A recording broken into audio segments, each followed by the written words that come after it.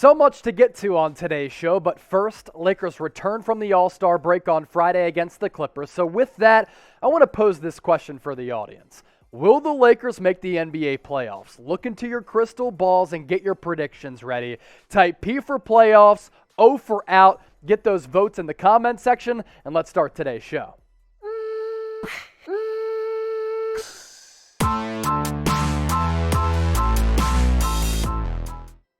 Welcome into the Lakers Report by Chat Sports. I'm your host, Chase Sr. A lot of takeaways and juicy nuggets coming from NBA All-Star Weekend in Cleveland, where LeBron James, Steph Curry, Joel Embiid, they were all going off. And in his home state, it was LeBron James, the king, coming through with the game winner in a really exciting All-Star game. The dunk contest was awful. The three-point contest was really entertaining. And the game, I thought it lived up to expectations. But prior to the game, LeBron James had a lot of fascinating things to say. And could he eventually leave the Los Angeles Lakers once he's able to become a free agent 2022-2023? Let's explore it.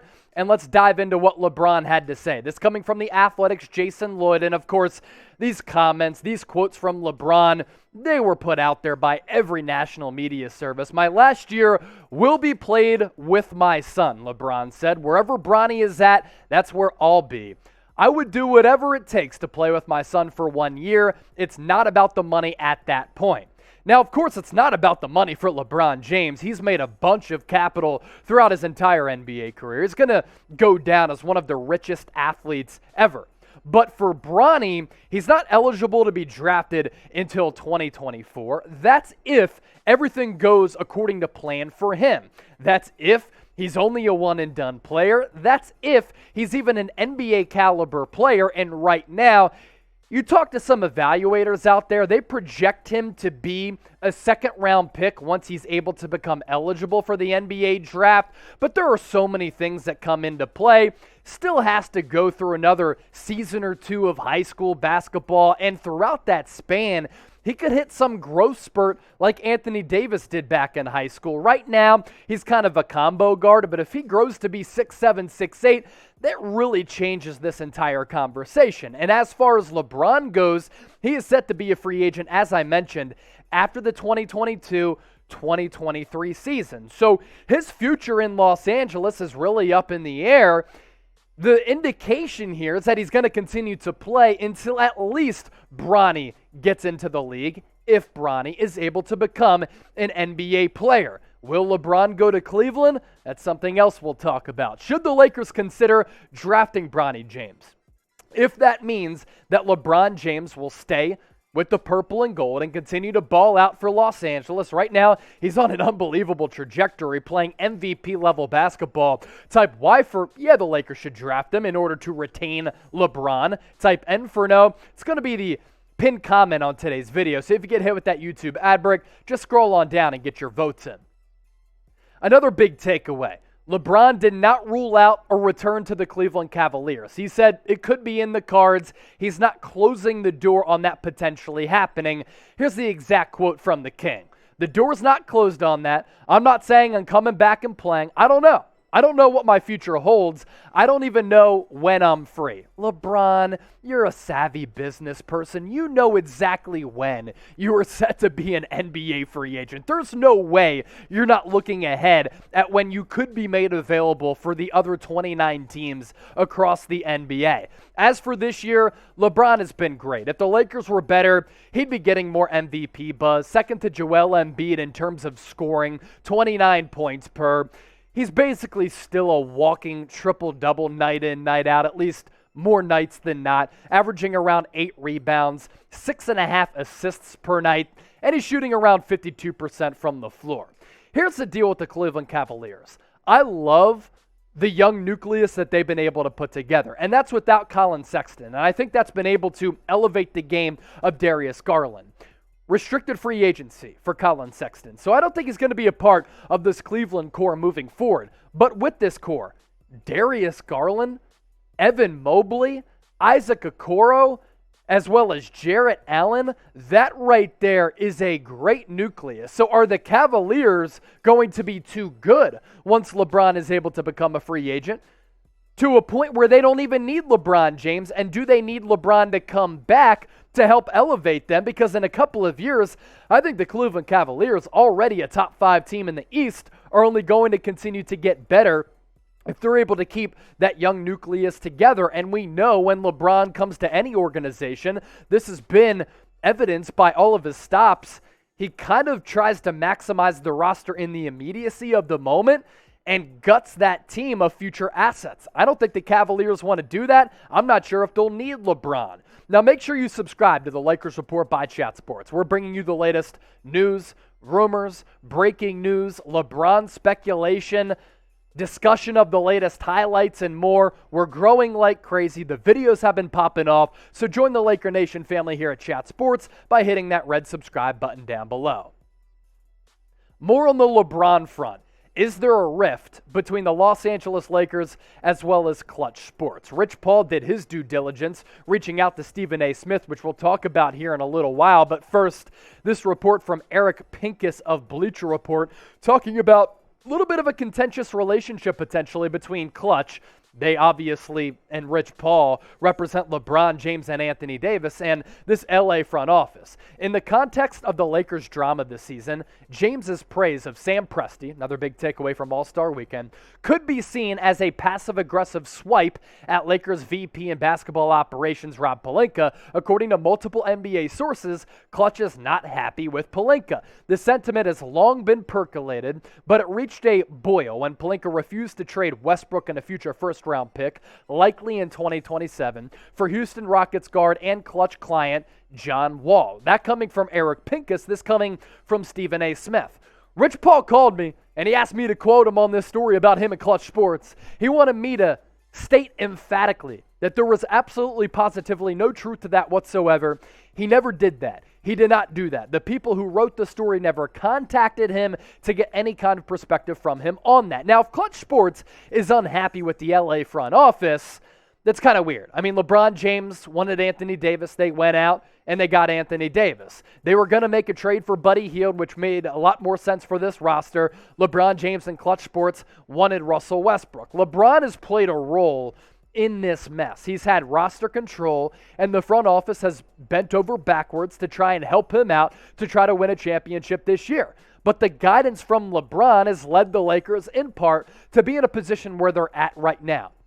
And this is really what LeBron has done throughout all of his stops. With Cleveland the first and second time, with the Miami Heat, then he jetted out of there, and now with the Los Angeles Lakers. So whose side are you on?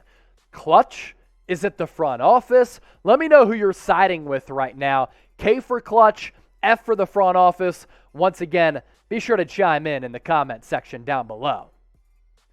We have another sale to tell you about with some really fresh Lakers gear, thanks to our friends at Fanatics. This Lakers pullover sweatshirt available today only for 30% off. You have to use that link down below, chatsports.com/Lakers sale. You plug in that link, you're able to get 30% off on this Lakers pullover.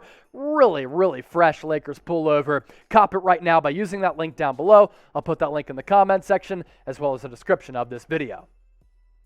I have some more thoughts on this whole Klutch Sports Lakers drama. The Lakers not going into the luxury tax was weird. They didn't want to go into the luxury tax, and that's why they didn't make any moves at the NBA trade deadline. And I understand they're probably not happy with the fact that LeBron wanted Russ over Buddy Hield. But look, you experimented with the Russell Westbrook experiment. You saw it didn't work out. You're trying to win a championship this year because LeBron is 37 and AD is injury prone. You should have just swallowed your losses, traded away Russ, brought in John Wall to just see if it could work. Because we know next year, things with Russell Westbrook aren't really going to change all that much. Whatever the problem is, the Lakers are running out of time to fix this entire mess. That's why I would have thought about trading away Russ for John Wall to see if that could have aided some of the Lakers' struggles. Speaking of the struggles, where they're at in the Western Conference during the All-Star break, it ain't pretty. Now, we'll see what happens with Phoenix and the Suns. Now that Chris Paul is out with that avulsion fracture in his thumb, they're still first place in the West. Are they going to maintain that lead over the Golden State Warriors? 6 games ahead in the win column? I think so. After that, things really do get interesting. Memphis playing extraordinary basketball. Utah has been hot of late. Dallas Mavericks playing really, really well. Los Angeles Lakers in that 9th spot in the West. If the season were to end today, they'd, for the second consecutive year, be in that play-in tournament. Denver, Minnesota, and the Clippers, all with nice, sizable ground on LA, sitting at 27 and 31. Can't believe the Portland Trailblazers, given everything they've dealt with this year, at 10th at 25 and 34. But the point here being, hasn't been pretty for Los Angeles, and it could get difficult here down the stretch. You're going to be without Anthony Davis, I think, until the end of the regular season. I mean, he's going to be reevaluated in a month. I don't think he comes back for 5-6 weeks. That's my read on the situation. And the Lakers right now have the 3rd hardest remaining schedule in the NBA. Their opponents boost a .538 winning percentage. So every team that they pretty much take on, an above 500 record, at least it averages out to be that. So, yeah, it's not going to be easy for LA, especially without Anthony Davis. Next up on the show, should the Lakers re-sign Malik Monk? He wants to come back. Do you want him to come back to Los Angeles? R for re-sign, L for let leave. Predict the future of Malik Monk and what you want for the Monk man. Let's get into Monk here. Really having a surprising year for LA. I kind of saw this coming. I like the signing in free agency because last year he shot around 40% from 3 for the first time in his career after he looked to be a bust. But Monk recently said, I'd love to play in LA again. He's in the middle of this breakout year after signing that 1-year contract, so he's set to be a free agent. And he's really played himself out of the Lakers bench unit and into being one of the best players for LA this year. Here's what he had to say about re-signing with Los Angeles. I'd be lying if I said I didn't look at my future with anything. I love it here. I'd love to play here again, man, but you never know what's going to happen in the NBA. You never know what happens. It's a business at the end of the day, but I definitely love to play in Los Angeles. But I don't know. It's hard to call the future. It's hard to predict the future, and it is. But I'll tell you this. Malik Monk is a 24-year-old sniper, and he's really grown into being a sniper from three-point range. And while he doesn't give you a ton defensively, gives you a little bit of hustle and grit on that end of the floor. But offensively, you have a 24-year-old who still has a lot of years left in his NBA career, and he's a marksman from beyond the arc. That today has plenty of value in the NBA. So the Lakers, if they want to bring him back, they're going to have to pay him more than what they signed him to this past offseason. They're also going to have competition. And this year, having a really, really good year. Last year with the Hornets, he really started to find momentum. Before that, though, looked to be a bust coming out of Kentucky as a guy who a lot of people thought had a bunch of potential as a lottery pick. 9 points per game from 2017 to 2021 with Charlotte. Only shot 40% from the field and 34% from distance. This year, though, 13 points per game and more minutes, more dimes, more field goal attempts. The field goal percentage has gone up 7 points from his tenure in Charlotte. And check out the three-point percentage, 40%. He making it rain like that, you bringing him back, but you're also paying a pretty penny. This is the team you want to play for, Monk said. If you want to play basketball, if you get to the NBA, Lakers are the team, the franchise that everybody wants to play for. And if somebody disagrees with that, I think they're lying. I'll call their bluff, man, but it's an honor to put this jersey on and to just rep the Lakers franchise. And look, he's doing well off the court too. Shot a shot with Iggy Azalea, and he landed her. So life is good for Malik Monk on the basketball court and off it. And the Lakers could use more guys like this. Youth, shooting, athleticism, I'd say bring them back. What do you think, though? Pose this question for you. Do you think the Lakers should re-sign Malik Monk? R for re-sign, L for let leave. That's my final question for you on the Lakers Report. And speaking of today's video, thanks so much for making it a part of your day. Don't forget to subscribe.